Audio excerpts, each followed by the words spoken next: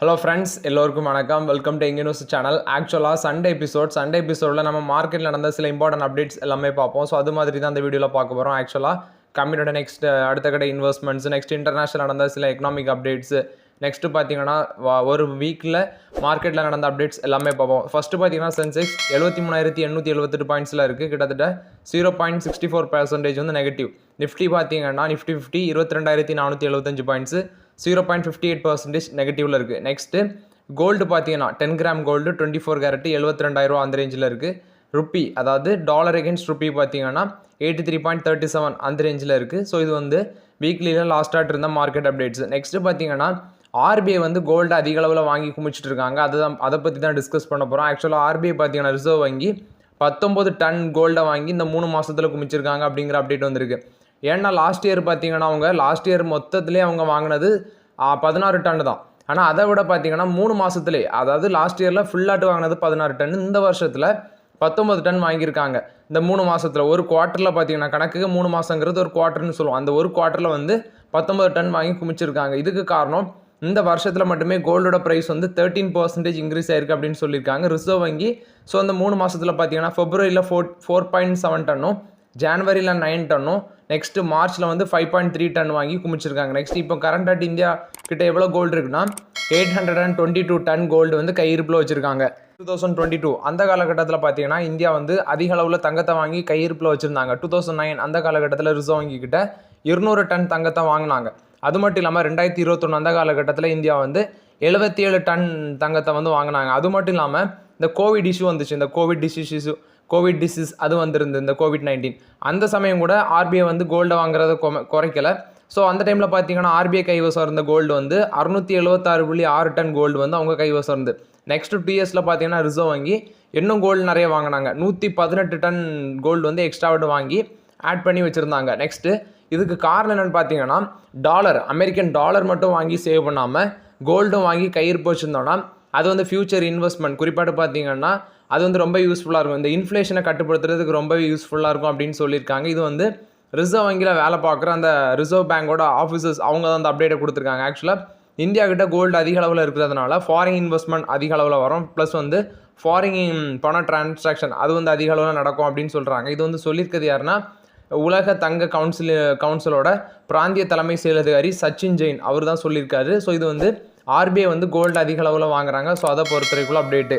Next பார்த்தீங்கன்னா Warren buffet ஆக்சுவலாக investment பண்ணியே பெரிய ஆளானவர்னா கோடீஸ்வரர் ஆனார்னா அது வந்து இந்த வாரன் பஃபெட்டை சொல்லலாம். ஸோ அவர் வந்து ஒரு ஸ்பீச் கொடுத்துருக்காரு. ஆக்சுவலாக அவர் செத்தாலும் அவர் கம்பெனி, இந்த பெர்க்ஷையர் நிறுவனம் அவரோட கம்பெனி தான். ஸோ அதோட ஷேர்ஸ் வந்து மேலே போகும் அப்படிங்கிற அப்டேட்டை கொடுத்துருக்காரு. ஸோ ஒரு இன்வெஸ்ட்மெண்ட் பண்ணியே மேலே வந்தவர் தான் இவர் வாரன் பஃபெட். இவருக்கு ஏஜ் பார்த்தீங்கன்னா 93 ஆகுது. ஸோ அந்த 93 இந்த 93 வயசுலையும் அவரோட அந்த திறமைகள் எதுவுமே குறையலை அப்படின்னு நம்ம சொல்லலாம். ஸோ பெர்க்ஷையர் நிறுவனம் பார்த்தீங்கன்னா இப்போ இவருக்கு அடுத்தது கிரேக் அபல் அவர் தான் நிர்வகிப்பார் அப்படிங்கிற அப்டேட்ஸ் வந்திருக்கு. ஸோ அவர் இறந்தாலும் கூட சந்தையில் அவரோட ஷேர்ஸ் வந்து மேலே தான் போகும் அப்படிங்கிற அப்டேட்டை வந்து பஃபெட் சொல்லியிருக்காரு. ஆல்ரெடி பார்த்தீங்கன்னா மார்க்கெட்டில் இந்த பெர்க்ஷையர் ஹேத்வேயோட கம்பெனியோட ஷேர்ஸ் எல்லாமே ஒரு ஆல் டைம் ஹையில் இருந்த போது அவரோட மரணம் வந்து எப்போ வேணாலும் நிகழலாம் அப்படின்னு சொல்லி நிறைய இன்வெஸ்டர்ஸ் மத்தியில் நிறைய அச்சம்லாம் இருந்துச்சு. ஒருவேளை அவர் இறந்துட்டா என்ன நடக்குமோ அப்படிங்கிற பயமும் இன்வெஸ்டர்ஸ் மத்தியில் இருந்துட்டு தான் இருக்குது. ஸோ அவர் கொடுத்த ஸ்பீச்சில் எனக்கு 93 ஏஜ் ஆகுது, நான் இந்த ஏஜ்லேயே வந்து ஹெல்த்தியாக தான் இருக்கிறேன், இப்போ நான் வாழ்ந்துட்டு இருக்க வாழ்க்கை பார்த்தீங்கன்னா எனக்கு ஒரு எக்ஸ்ட்ரா இன்னிங்ஸ் மாதிரி அப்படிங்கிற ஸ்பீச் கொடுத்துருக்காரு. ஸோ நான் இறந்த பிறகு இந்த நிறுவனம் என்ன ஆகுமோ எது ஆகுமோன்னு நீங்கள் இன்வெஸ்டர்ஸ் வந்து கவலைப்பட தேவையில்லை அப்படின்னு சொல்லியும் வாரன் பஃபெட் வந்து இன்வெஸ்டர்ஸ்க்கு ஒரு விளக்கம் கொடுத்துருக்காரு. நான் இறந்தாலும் என்னோட ஷேர்ஸ் குறிப்பாட்டு பெர்க்ஷையர் ஹேத்வே அந்த கம்பெனியோட ஷேர்ஸ் வந்து மேலே தான் போகும் அப்படிங்கிற அப்டேட் கொடுத்துருக்காரு. அது மட்டும் இல்லாமல் பார்த்தீங்கன்னா அவரோட கம்பெனியில் அந்த முதலீட்டு ஆலோசகர் இருக்காங்க, அவங்களோட குழுவை ஒன்று செட் பண்ணி வச்சுருக்காரு. அது வந்து சிறப்பாக இருக்குது அப்படின்னு சொல்லியிருக்காரு. வேறனோட கம்பெனியில் குறிப்பாட்டு இந்த பெர்க்ஷையர் ஹேத்வே கம்பெனியில் பார்த்தீங்கன்னா இவங்க கைவசம் பார்த்தீங்கன்னா அந்த 2 பேர்கிட்ட மட்டும் 10% ஆஃப் த ஈக்விட்டி ஷேர் இருக்குது இந்த பெர்க்ஷையர் ஹேத்வேல அப்படின்னு சொல்லியிருக்காரு.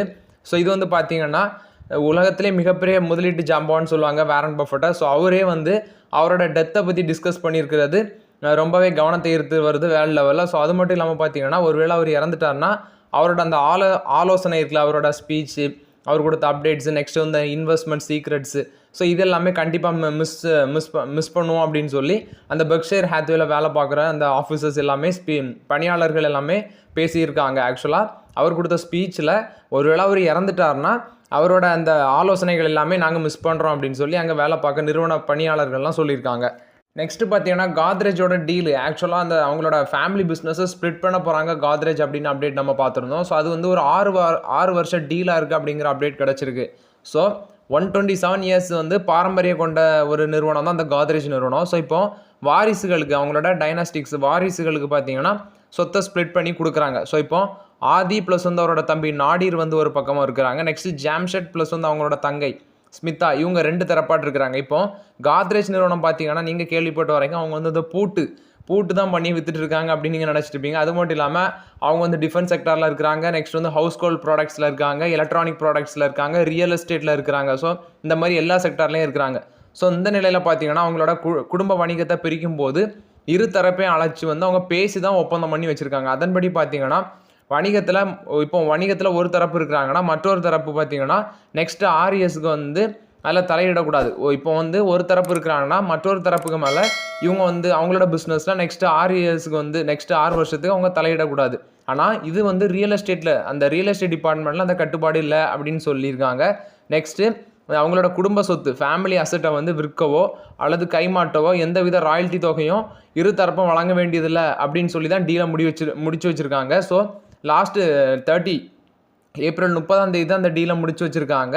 ஸோ இந்த 6 ஆண்டு தடை வந்து இப்போ அந்த 30 அமலுக்கு வந்திருக்கு அப்படின்னு சொல்லியிருக்காங்க. ஆக்சுவலாக ஜாம்ஷெட் அவர் வசம் தான் அதிக சொத்து இருக்குது. பட் அதே நேரம் பார்த்தீங்கன்னா முக்கியமான கம்பெனிஸ் ப்ளஸ் இந்த நிறுவனம் வந்து ஆதி வசம் இருக்குது அப்படிங்கிற அப்டேட் இருக்குது. ஸோ இது வந்து பார்த்தீங்கன்னா காத்ரேஜ் ஃபேமிலி பிஸ்னஸ் அவங்க ஸ்ப்ளிட் பண்ணுறாங்க. அதை பொறுத்த வரைக்கும் அப்டேட்டு. நெக்ஸ்ட்டு பார்த்தீங்கன்னா ஆனியனை பொறுத்தவரைக்குள்ள அப்டேட்டு. இது வந்து பார்த்தீங்கன்னா அன்றாட தேவையான பொருள் வந்து ஆனியன். ஸோ இதுக்கு வந்து சென்ட்ரல் கவர்மெண்ட் 40% வந்து எக்ஸ்போர்ட் வரி போட்டிருக்காங்க ஆக்சுவலாக central government. So daisy chana அப்படிங்கிற ஒரு ஃபுட் ப்ராடக்ட்டையும் இறக்குமதி பண்ணுறதுலேருந்து விலக்கு அளிச்சிருக்காங்க. நெக்ஸ்ட்டு மஞ்சள் நிறத்தில் இருக்கிற இந்த பட்டாணி ரகங்களையும் இறக்குமதி பண்ணதுக்கு தடை இல்லை அப்படின்னு சொல்லியிருக்காங்க. நெக்ஸ்ட்டு இந்த ஆனியனோட எக்ஸ்போர்ட்டுக்கு பார்த்தீங்கன்னா மே 4 இந்த ஏற்றுமதி வரி வந்து அமலுக்கு வருது அப்படின்னு சொல்கிறாங்க. ஆனால் இப்போ கரண்டாட்டு பார்த்தீங்கன்னா வெங்காய ஏற்றுமதிக்கு தடை விதிச்சிருக்காங்க. மே 4 முன்னாடி வெங்காய ஏற்றுமதி தடையில் தான் இருந்துச்சு அப்படின்னு சொல்கிறாங்க. குறிப்பிட்ட அளவு, அதாவது UAE பங்களாதேஷ் இந்த 2 கண்ட்ரிஸ்க்கும் குறிப்பிட்ட அளவு மட்டும் வெங்காயம் வந்து அனுப்பி வைக்கிறாங்க அவங்களோட தேவைக்கு. ப்ளஸ் வந்து வெங்காயத்தோட இந்த உள்நாட்டு விலை உயர்வை கட்டுப்படுத்துறதுக்கு தான் அந்த தடை அப்படின்னு சொல்லியிருக்காங்க. Last year August to December 31 அந்த காலகட்டத்தில் தான் வெங்காய ஏற்றுமதிக்கு தடை போட்டிருந்தாங்க. ப்ளஸ் வந்து 40% வந்து எக்ஸ்போர்ட் வரி இப்போ விதிச்சிருக்காங்க. இது ஆனியனை பொறுத்தவரைக்கும் அப்டேட். இதுக்கு ரீசன் எல்லாமே நம்ம நாட்டில் வந்து மழை குறைஞ்சிருக்கு. ஸோ இந்த மேல இந்த எல்னினோ எஃபெக்ட் எல்லாமே முடிஞ்சு ஜூனில் அடுத்த மழை பெய்ய ஆரம்பித்தா தான் இந்த ஃபுட் ப்ராடக்ட்ஸ் அக்ரிகல்ச்சர் ப்ராடக்ட்ஸ் வந்து ப்ரைஸ் வந்து குறையும். இது அக்ரிகல்ச்சர் ப்ராடக்ட்ஸ் ஆனியனை பொறுத்தவரைக்கும் அப்டேட்டு. நெக்ஸ்ட்டு பார்த்தீங்கன்னா ஃபினான்ஷியல் ஸ்ட்ரகிள்ஸ் வந்து நம்ம இந்தியா ஐடி கம்பெனிஸில் மட்டும் இல்லை, வெளிநாட்டில் இருக்க ஐடி கம்பெனிஸ்லையும் டெக் கம்பெனிஸ்லையும் இருக்குது அப்படின்னு சொல்கிறாங்க. ஸோ இது ஒரு பக்கம் மட்டும் தான் லே ஆஃப் பண்ணி பணத்தை மிச்சம் பிடிச்சிட்டு இருக்காங்க. ஸோ இந்த முயற்சி வந்து பெரிய கம்பெனிஸும் ஃபாலோ பண்ணுறாங்க. இந்த நிலையில் தான் பார்த்தீங்கன்னா க்ரீன் கார்டு கேட்டு விண்ணப்பம் பண்ணுறாங்க அந்த கம்பெனிஸில். அவங்க சொந்த நாட்டிலேருந்தே ஒர்க் ஃப்ரம் ஹோம் மூலமாட்டு வேலை பார்ப்பாங்க. ஸோ அவங்க வந்து அமெரிக்காவில் தங்கி வேலை பார்க்குறதுக்கு விண்ணப்பம் பண்ணுவாங்க. அதுதான் பெர்ம் அப்படிங்கிற விண்ணப்பம். ஸோ அந்த விண்ணப்பத்தை வந்து கூகுள் வந்து 2025 வரைக்கும் நிறுத்தி வச்சுருக்காங்க அப்படிங்கிற அப்டேட் வந்திருக்கு. ஏன்னா கூகுள் நிறுவனம் இப்போதைக்கு நிராகரிச்சுட்டு வராங்க ஃபினான்ஷியல் ஸ்ட்ரகிள்ஸ்னால. நெக்ஸ்ட்டு மைக்ரோசாஃப்ட்டும் அதை பண்ணிட்டு வராங்க. ஸோ அமேசான் அவங்க எல்லாருமே இதை தான் பண்ணிட்டு வராங்க. ஏன்னா அமெரிக்காவில் தங்கி வேலை செய்கிற பணியாளர்கள் அப்படிங்கிற இது பார்த்தீங்கன்னா அது வந்து கடும் போட்டி நிலவிட்டு வருது. அதனால நிறைய பேர் க்ரீன் கார்டு அப்ளை பண்ணுறாங்க. ஒரு பக்கம் இந்த பெரிய பெரிய டெக் கம்பெனிஸோட ஃபினான்ஷியல் ரெகுலர்ஸ் ஒரு பக்கம் இருக்கிறதுனால ஸோ அந்த க்ரீன் கார்டு கோரி விண்ணப்பம் பண்ணுறாங்களா அந்த பெர்ம் அப்ளிகேஷன் இது எல்லாமே இப்போதைக்கு ஸ்டாப் பண்ணுறாங்க. இந்த பெர்ம் அப்ளிகேஷன் பார்த்தீங்கன்னா இதுதான் அமெரிக்காவில் தங்கி வேலை பார்க்குறதுக்கு அப்ளை பண்ணுவாங்க. நெக்ஸ்ட் க்ரீன் கார்டு ப்ரொவைட் பண்ணுவாங்க. ஸோ இப்போதைக்கு இது வாய்ப்பு இல்லை அப்படின்னு சொல்லி கூகுள் நிறுவனம் 2025 வரைக்கும் ஸ்டாப் பண்ணி வச்சுருக்காங்க அந்த வசதியை. ஸோ மோர் ஓவராட்டி எல்லா டெக் கம்பெனிஸுமே அதே கூகுள் என்ன முயற்சி பண்ணுறாங்களோ அதை தான் எல்லா கம்பெனிஸுமே ஃபாலோ பண்ணுறாங்க. ஒரு பக்கம் லே ஆஃப் ஒரு பக்கம் நடந்துட்டு இருக்குது. நெக்ஸ்ட் ஒரு பக்கம் அந்த க்ரீன் கார்டு மறுக்கப்படுது ஃபினான்ஷியல் ஸ்ட்ரகிள்ஸ்னால பெரிய பெரிய டெக் கம்பெனிஸு. ஸோ இப்போதைக்கு அமெரிக்காவில் தங்கி வேலை செய்ய தயாராக இருந்த பணியாளர்கள் எல்லாமே வாய்ப்பு மறுக்கப்படுறதுனால இந்தியர்கள் எல்லாமே அதிர்ச்சியில் இருக்கிறாங்க அப்படின்னு சொல்கிறாங்க. இது வந்து பெரிய பெரிய டெக் கம்பெனிஸில் வேலை பார்க்குறதுக்கு தங்கி வேலை பார்க்குறதுக்கு அமெரிக்கா போனால் க்ரீன் கார்டு இப்போதைக்கு கிடைக்காது. ஸோ அதை பொறுத்தவரைக்கும் அப்டேட். ஸோ ஓகே ஃப்ரெண்ட்ஸ், ஆக்சுவலாக சண்டே எபிசோடில் சில இம்பார்ட்டன்ட் அப்டேட்ஸ் எல்லாமே பார்த்தோம். இந்த வீடியோ உங்களுக்கு பயனுள்ளதாக இருந்துச்சுன்னா லைக் பண்ணுங்கள், சப்ஸ்கிரைப் பண்ணுங்கள், கமெண்ட் பண்ணுங்கள். Okay friends, thank you.